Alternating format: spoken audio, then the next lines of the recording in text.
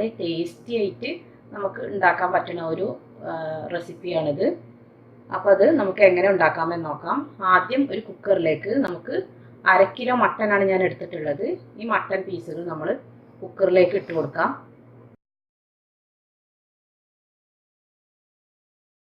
ഉപ്പ് ചേർത്ത് കൊടുക്കാം. പിന്നെ ഒരു 1/4 ടീസ്പൂൺ മഞ്ഞൾപ്പൊടിയും കൂടെ ചേർത്ത് കൊടുക്കാം.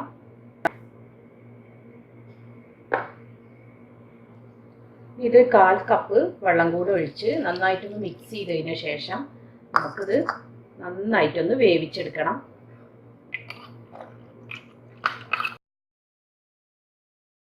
മസാല തയ്യാറാക്കണം. അതിനു വേണ്ടി ഒരു പാൻ ചൂടാക്കി എടുത്തതിന് ശേഷം തീ കുറച്ച് വെക്കുക. എന്നിട്ട് അതിലേക്ക് 1/2 ടേബിൾ സ്പൂൺ മല്ലി ഇട്ട് കൊടുക്കാം. 1/2 ടേബിൾ സ്പൂൺ കുരുമുളക്,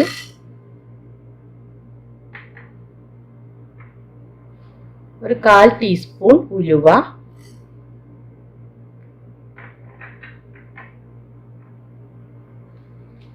ഒരു ടീസ്പൂൺ ചെറിയ ജീരകം,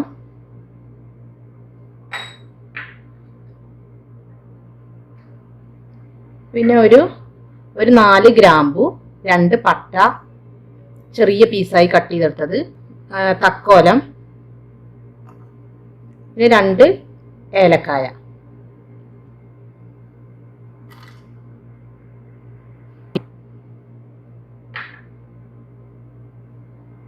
പിന്നെ വലിയ ജീരകം കൂടെ വേണം. എൻ്റെ അടുത്ത് പൊടി ആയതുകൊണ്ട് ഞാൻ വറുത്ത് പൊടിച്ചെടുത്ത പൊടിയാണ്, അതുകൊണ്ട് ഞാൻ ഇതിൽ ചേർക്കണില്ല. മുഴുവൻ ജീരകമാണെങ്കിൽ നമുക്ക് ഇതിൻ്റെ കൂടെ ഇട്ട് വറുത്തെടുക്കാം.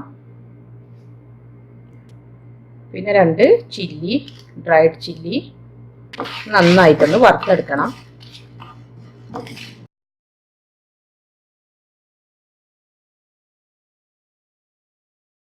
ഇപ്പോൾ നന്നായിട്ട് വറവായിട്ടുണ്ട്, നന്നായിട്ട് പൊട്ടി വന്നിട്ടുണ്ട്.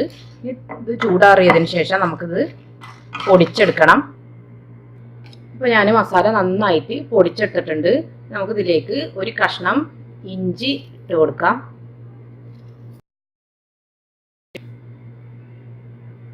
ഒരു 4 വലിയ വെളുത്തുള്ളി, 1/2 ടീസ്പൂൺ വലിയ ജീരകം പൊടിച്ചെടുത്തതാണിത്, 1 table spoon Kashmiri chilli powder,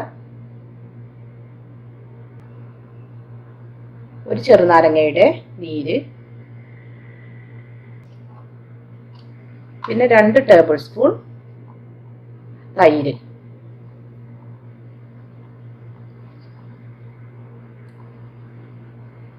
എല്ലാം കൂടെ ചേർത്ത് നന്നായിട്ട് നമുക്കൊന്ന് അരച്ചെടുക്കാം. ഞാൻ മസാല നല്ല ഫൈനായി അരച്ചെടുത്തിട്ടുണ്ട്. ഇനി നമുക്ക് മട്ടൻ മസാല തയ്യാറാക്കാം. മട്ടൻ ഇവിടെ വേവിച്ചെടുത്തിട്ടുണ്ട്.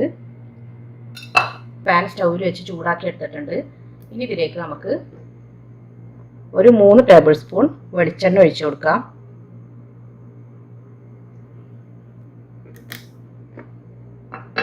ഏകദേശം നന്നായിട്ട് ഓയിൽ ആവശ്യമാണ് ഇതിന്.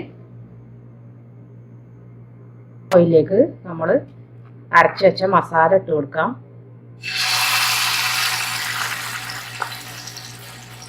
ഇതിൻ്റെ പച്ചച്ചുവ മാറുന്ന വരെ നമുക്ക് വഴറ്റിയെടുക്കണം.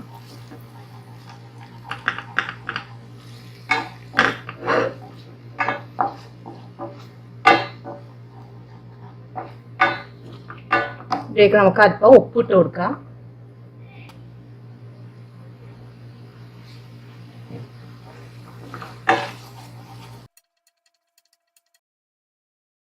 മസാല എല്ലാം മൂത്ത് എണ്ണയൊക്കെ നന്നായിട്ട് തെളിഞ്ഞ് വന്നിട്ടുണ്ട്.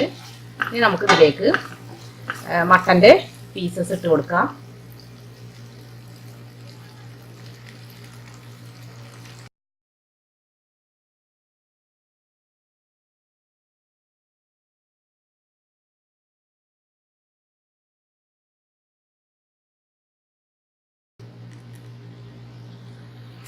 അപ്പോൾ നമ്മുടെ മട്ടൻ മസാല റെഡി ആയിട്ടുണ്ട്. ഫൈനലായിട്ട് നമുക്ക് കുറച്ച് കറിവേപ്പില ഇട്ട് കൊടുക്കാം.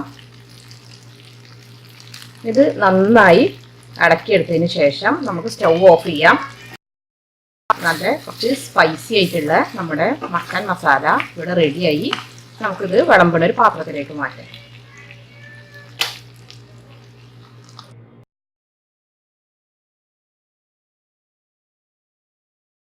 അപ്പോൾ നല്ല ടേസ്റ്റി ആയിട്ടുള്ള നല്ല സ്പൈസി ആയിട്ടുള്ള നമ്മുടെ മട്ടൻ മസാല ഇവിടെ റെഡി ആയിട്ടുണ്ട്.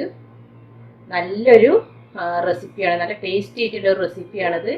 അപ്പോൾ എല്ലാവരും ഇതൊന്ന് ട്രൈ ചെയ്ത് നോക്കണം. ഇനി അടുത്ത റെസിപ്പിയുമായി വരുന്നത് വരെ താങ്ക് യു.